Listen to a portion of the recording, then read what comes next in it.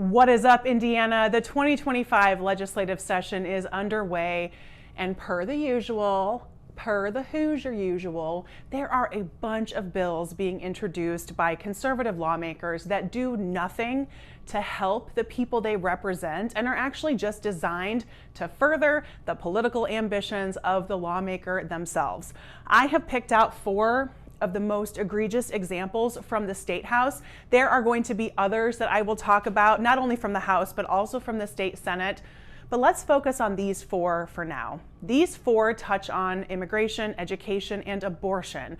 Three national hot button topics designed to get the attention and the praise of people like Donald Trump, of MAGA supporters, and of conservative special interest groups who will finance their future political ambitions.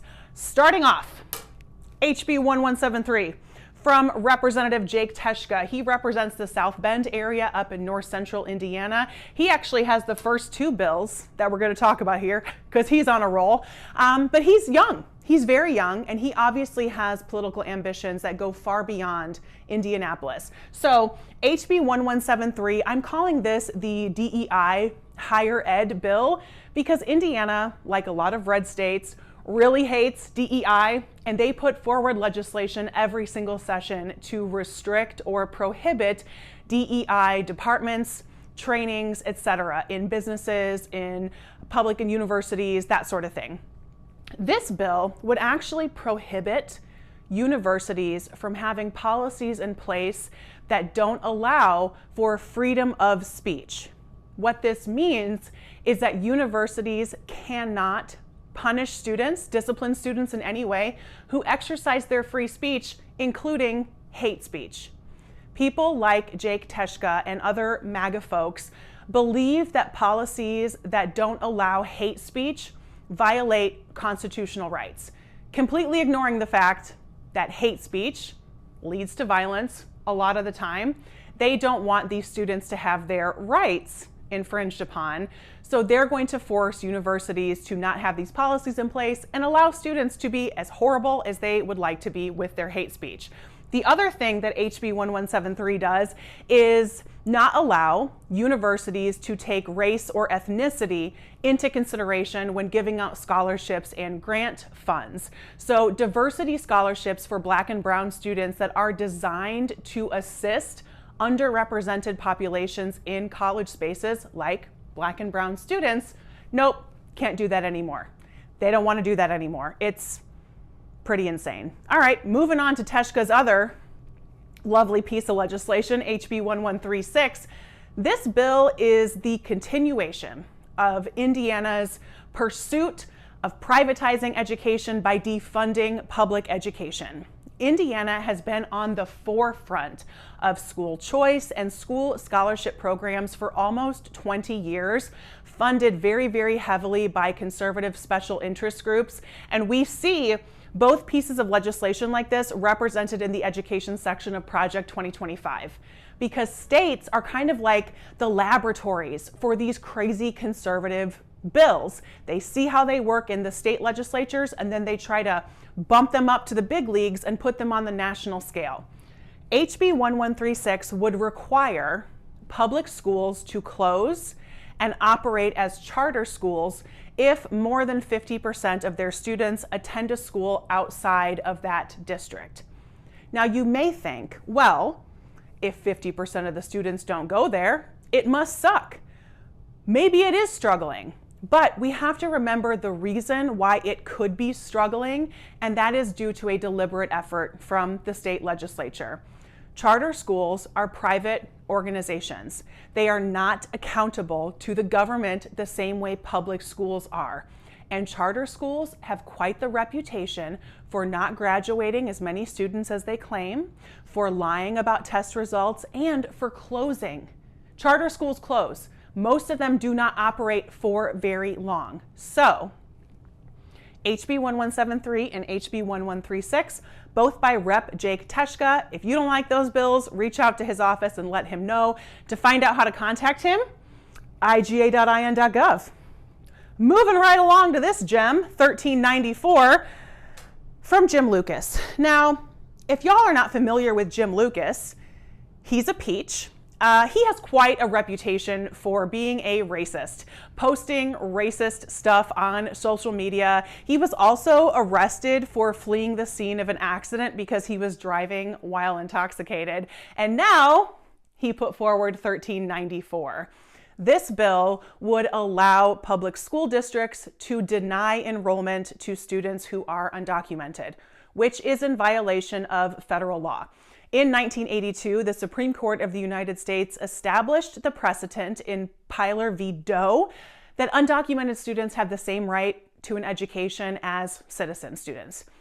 This bill would allow those districts to deny enrollment, and the other thing it would do, give the Attorney General of Indiana, Todd Rokita, actually not give him, force him to defend any school district in future lawsuits because they denied enrollment to undocumented kids.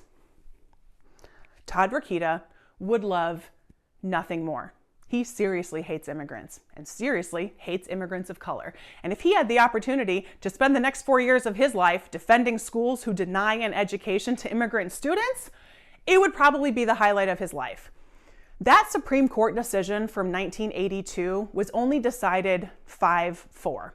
There are other states like Oklahoma, Texas, and Tennessee that are pursuing or have already passed similar legislation. It is obvious this is just designed to challenge that over 40-year-old precedent. They want to strike down that Supreme Court precedent.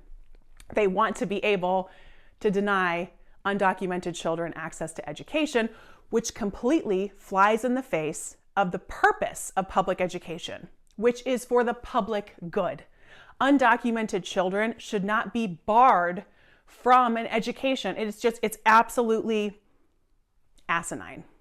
Speaking of asinine, HB 1334, written by a couple of ladies. HB 1334 comes from Representative Larissa Sweet and Representative Lindsay Patterson. This bill would change Indiana's criminal code to include the unborn fetuses as human beings. And it would repeal the pieces of Indiana's criminal code that give an exemption for abortions and terminated pregnancies in homicide and manslaughter. So the Indiana State Code, as it is written right now, the criminal code, of course, gives an exemption for an abortion or a terminated pregnancy of any kind from being prosecuted as a homicide or as manslaughter. Because, yeah, this bill would repeal that. HB 1334 is just criminalizing abortion and possibly criminalizing terminated pregnancies of any kind. And including this language of unborn as a human being is crazy dangerous, crazy scary. Again, none of these bills are doing anything to help the people of Indiana. Going down the path of privatizing education has done nothing but decrease Indiana's educational outcomes. Our educational outcomes are going down.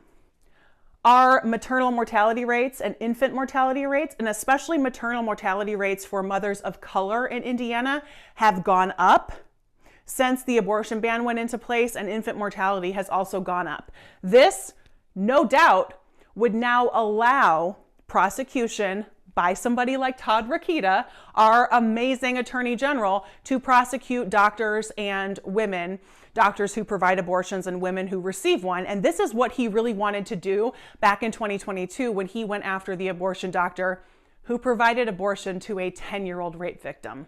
Let's remember where this started. A 10-year-old rape victim needed abortion care, and Todd Rokita really wanted to prosecute that doctor. That's where this comes from. And this comes from, of course, Todd Rokita's buddy, Ken Paxton, the Attorney General down in Texas. They do a lot of companion legislation because they really, really want to make a name for themselves at the federal level. They just want the praise of Donald Trump. That is all they want with this legislation. So if you want your lawmakers to focus their legislative energy on legislation that could actually help their constituents and not this political theater nonsense, go to iga.in.gov and reach out to your lawmaker and tell them to knock it off with this and focus on bills that are actually going to help the people of Indiana.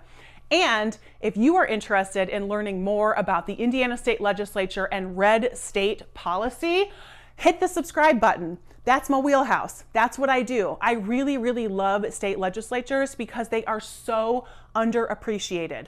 Many Americans do not understand the impact of their state legislatures because we are so sucked in to this national political soap opera. If we want to focus our energy on areas where we can really make a difference in the next 4 years, it's going to be on local issues and state issues. So hit that button and come along with me.